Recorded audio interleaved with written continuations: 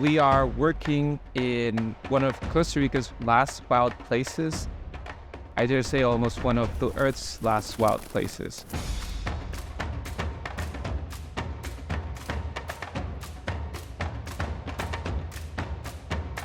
Research has shown that only about 38% of the world's forests provide any sort of connectivity that would allow biodiversity to thrive.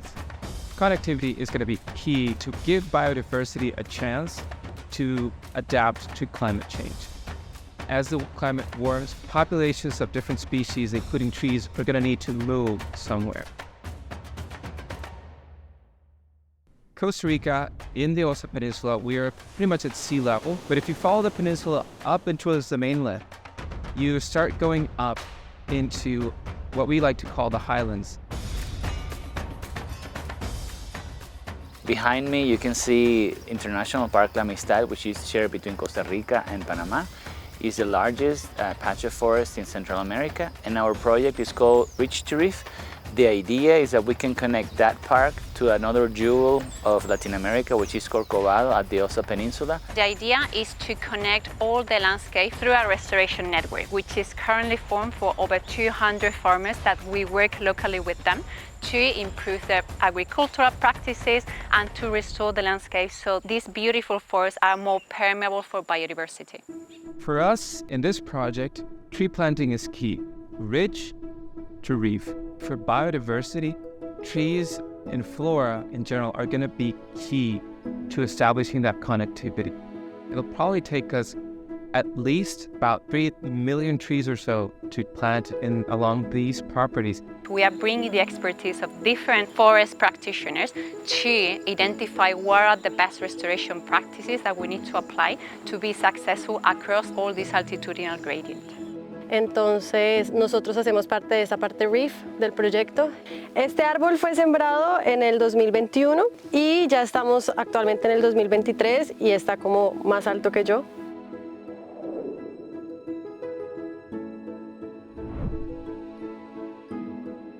El sitio en el que estamos durante muchos años fue utilizado para la extracción de madera. Todo este proceso hizo que el sitio se degradara, entrando en un proceso de dominancia del helecho negraforra, Acrostichium aureum. Una vez que el helecho domina, es la principal barrera para la restauración natural de este sitio. En el proyecto de restauración estamos utilizando 3 especies principalmente, que es el mangle rojo gateador, el mangle alto y el mangle piñuela. Entonces, cuando recolectamos los propágulos, bueno, lo hacemos con los miembros de la comunidad. Normally in January, we start with nursery work. After that, the collecting season starts.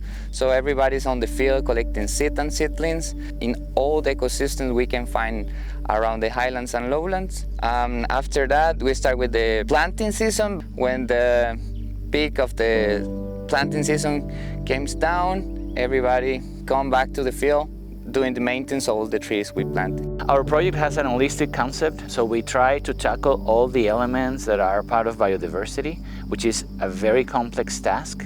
So in the Tropical Forest Program, we work with botanics and restoration, but then we have the wildlife and technology programs, and they work with wildlife monitoring.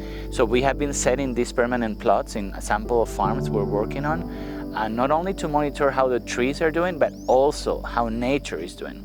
From big mammals to birds or microinvertebrates to soil quality to dung beetles, we really want to know if the work we're doing is having a real impact, not only in the communities and the farmers, but also on nature in the places that we work on.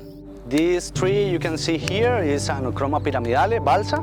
This tree have 2 years old. This kind of species we use because we have a very aggressive grasses, so they can compete with them in the field. So the idea is this kind of species make better conditions for another kind of trees and improve the soil.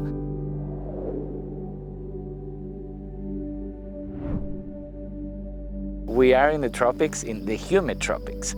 So biodiversity here is like the highest biodiversity on Earth. We have over 200 species at our nurseries. La parte más favorita mía del vivero es las mesas aéreas, donde están los árboles raros y amenazados. El árbol, como el árbol suicida, solamente una vez en la vida logra producir frutos.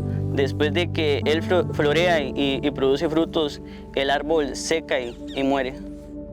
One of my favorite parts of the Amistosa Reach to Reef initiative is that we are finding very well balance between conservation for nature and conservation for people. We're not the doers, but we are more like the facilitators, because at the end, they are the ones who live here.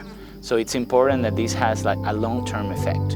El abuelo de mi esposa, don Juan Barrantes, fue uno de los que comenzó con la tinta de mangle. Es más, él tenía piones extrayendo la tinta del mangle. Y él mismo dice, sin saber, estábamos destruyendo el humedal.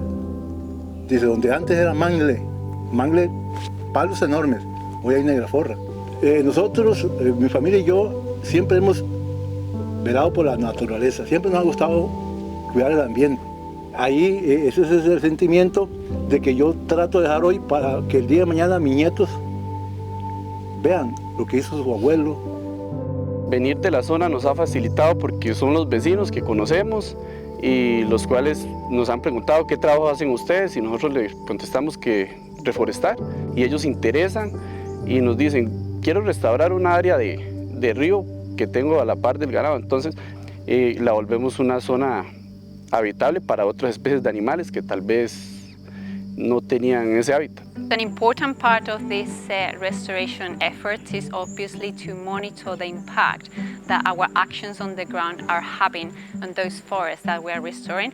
We do once a year a mortality count of all the places we plant. Every tree that is dead is marked with a yellow ribbon and is put on a list. Each tree has a badge that has a unique number in a database. So every 2 years we're going to be checking that tree and then seeing how it grows and how it adapts to its new environment. There is a component of tech that we incorporate into the conservation that we do. The biggest one that we've worked with so far is a mega network of camera traps all the way up from that ridge down to the peninsula. We are focusing on 2 species like jaguars, white-lipped peccaries, tapirs, and a couple of others. We are looking to monitor wildlife and see how it moves along these corridors. In all of the farms where we establish a permanent plot, we have taken drone pictures. The idea is we can compare every year how it's seen from the sky. Restoration is not a 1, 2, 3 months process and even 1 or 2 years process. It's a long-term process. One Tree Planting has been one of our longest supporters. They have been understanding what we need to work across this landscape and the long-term investment that we need for biodiversity and for people, and that kind of makes us more proud of working with them. I think there are few jobs that you can work on that you can actually feel you're doing something good for someone else. It's really fulfilling.